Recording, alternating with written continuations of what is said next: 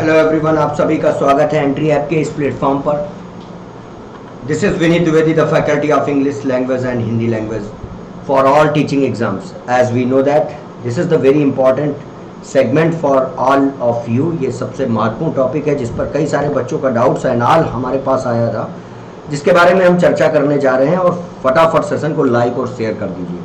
तो एक बार फिर से आप सभी का स्वागत है एंट्री ऐप के इस प्लेटफॉर्म पर। जैसा कि आपको पता है कि एंट्री ऐप के प्लेटफॉर्म पर आप हमें फॉलो कर सकते हैं यूट्यूब प्लेटफॉर्म पर, टेलीग्राम, इंस्टाग्राम, फेसबुक और ट्विटर हैंडल पर। इन लिंक के ये जो दिए हुए लिंक है इनके द्वारा, ताकि आप अपनी समस्याओं, अपने डाउट्स को हमसे डायरेक्टली टच करके अपनी प्रॉब्लम्स को दूर कर सकते हैं। तो फटाफट सेशन को लाइक और शेयर कर दीजिए। आज हम लोग बात करने जा रहे हैं एग्ज़ाम सुपर टेट की। तो सबसे पहले बात करें सुपर टेट एग्ज़ाम होता क्या है। अगर मैं बात करूं सुपर टेट एग्जाम की, तो ये इसकी स्टार्टिंग यूपी गवर्नमेंट के थ्रू हुई थी। पीरियड था 2017। यानी अगर हम बात करें सुपर टेट की, तो सुपर टेट से पहले एक एग्जाम हुआ जिसका नाम पड़ा यूपी टेट। अगर यूपी टेट की शुरुआत की, उद्गम की बात करें तो स्टार्ट हुआ 2007 में, जब गवर्नमेंट थी मायावती की, यानी पूर्व मुख्यमंत्री मायावती जी की सरकार थी। तो एक एग्जाम लिया गया टीचर उत्तर प्रदेश शैक्षणिक पात्रता एग्जाम, जिसका नाम रखा गया यूपी टेट। उसका नाम क्या रखा गया? UP TET. तो यूपी टेट 2007 की अगर हम बात करें, यूपी टेट 2007 में यहां से पेपर स्टार्ट हुआ और लगातार यूपी टेट एग्जाम को कंडक्ट कराया है उत्तर प्रदेश सरकार ने।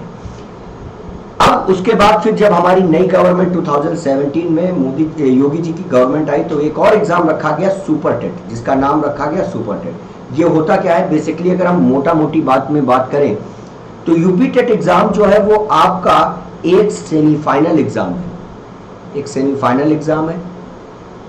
और सुपर टेट की अगर हम बात करें तो ये फिनाले है, यानी यहां पर आपका स्कोर आपकी वरीयता को प्रामाणिकता देता है। और इसी एग्जाम के बाद उत्तर प्रदेश के प्राथमिक और जूनियर स्कूलों में आपकी नियुक्ति होती है अध्यापक पद के तौर पर।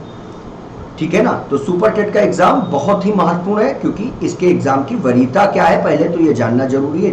इसका इतिहास क्या है कि 2017 में इसकी शुरुआत हुई। अब इसके बारे में आपको बता दें कि सुपर टेट एग्जाम की वरीयता, अगर मैं बात करूं योग्यता, तो योग्यता के आधार पर बात की जाए तो इसकी योग्यता यानी पात्रता जो है, एलिजिबिलिटी है, वो आपके दो कैंडिडेट को है। या तो कैंडिडेट यूपी टेट एग्जाम को क्वालिफाई करे, यानी क्वालिफाई होना चाहिए सबसे पहली बात, या फिर कैंडिडेट के पास सीटेट एग्जाम की क्वालिफाई नेचर होना चाहिए, यानी या तो दोनों में से एक एग्जाम क्वालिफाई होना अनिवार्य है।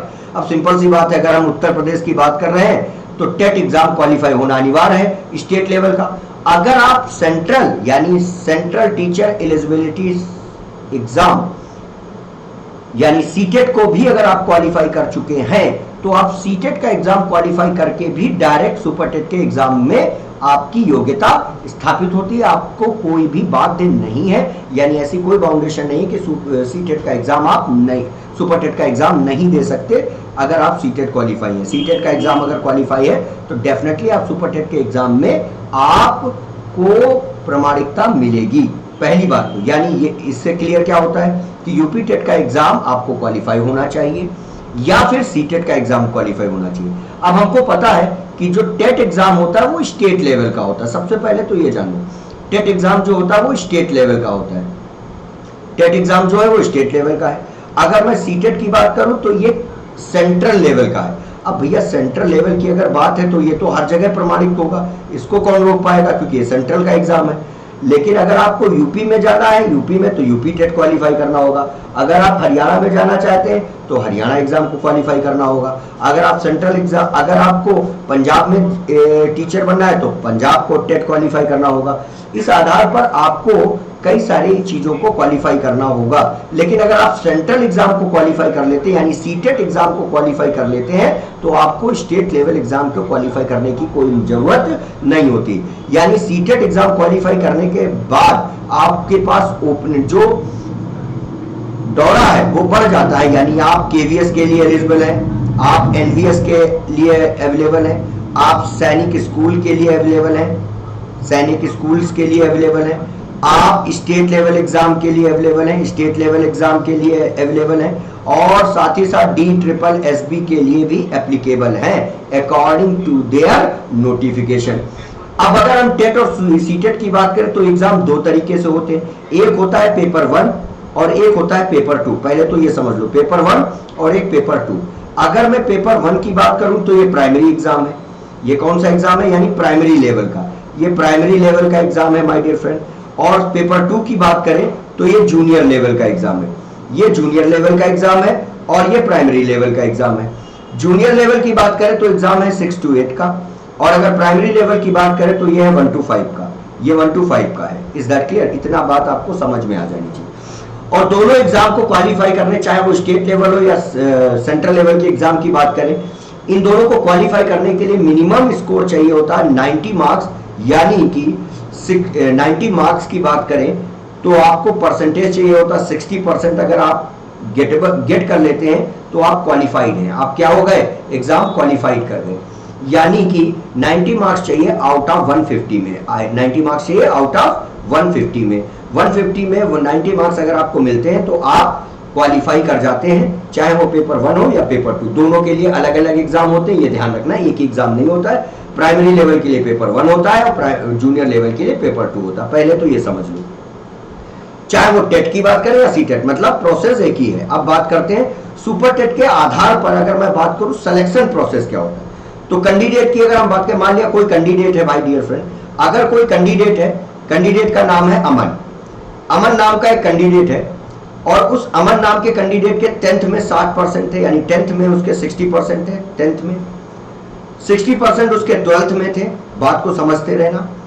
फिर 60% उसने ग्रेजुएशन में पाए, यानी ग्रेजुएशन लेवल पे भी उसके 60% है।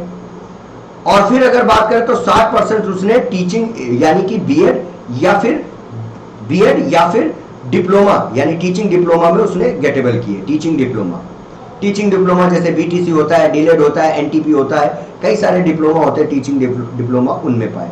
ये हम सुपर टेट में सिलेक्शन प्रोसेस बता रहे हैं। फिर अब इस आधार पर अगर हम देखें तो यहां से 10% मार्क्स मिलेंगे, यानी 60% मार्क्स, तो आपके 6 मार्क्स हो गए, यहां से 6 मार्क्स हो गए, यहां से 6 मार्क्स हो गए, और यहां से 6 मार्क्स, यानी टोटल स्कोर हो गया आपका 24। कैंडिडेट को टीचर बनना है, और टीचर बनने के लिए आपको टोटल स्कोर चाहिए 60%। 60% मतलब 100 में 60 मार्क्स, 100 में 60 मार्क्स चाहिए।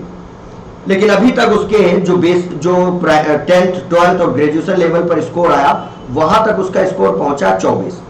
अब उसके बाद उसने एग्जाम क्वालिफाई किया, सुपर टेट का एग्जाम देने जा रहा है। वो कौन सा एग्जाम देने जा रहा है? सुपर टेट का। अब सुपर टेट का एग्जाम देने जा रहा है, 150 मार्क्स का पेपर है, और उसने पाया 120 मार्क्स। 120 मार्क्स की अगर हम बात करें तो ये हुआ 80%। कितना हुआ? 80%।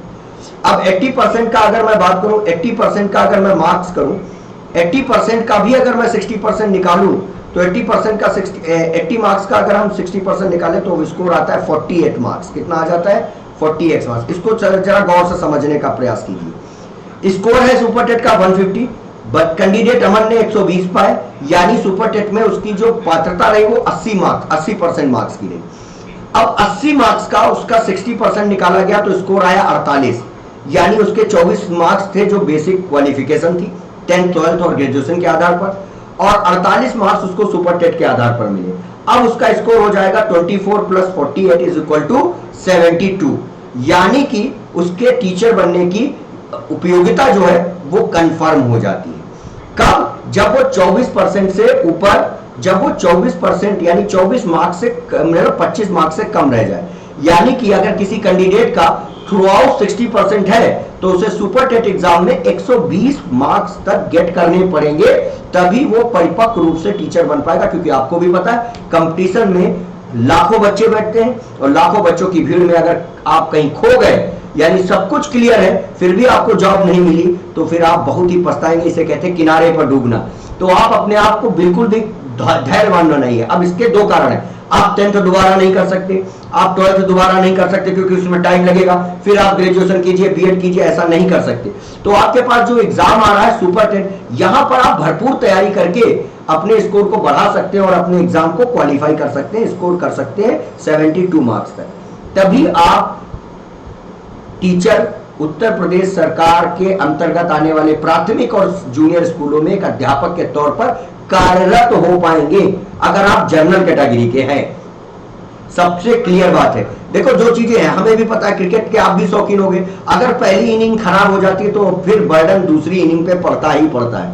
लेकिन ये बातें हमें नहीं पता थी, तो जो चीजें जिस तरीके से है उसी पद्धति में आपको जाना होगा। यानी सुपर टेट कैंडिडेट, अगर कोई कैंडिडेट ऐसा है जिसका 25 मार्क्स से कम स्कोर आ रहा है, तो उसे सुपर टेट में कितना स्कोर करना अनिवार्य, ताकि उसकी नियुक्ति स्वीकृति हो पाए, यानी कि निसंकोच रूप पे वो टीचर बन पाए।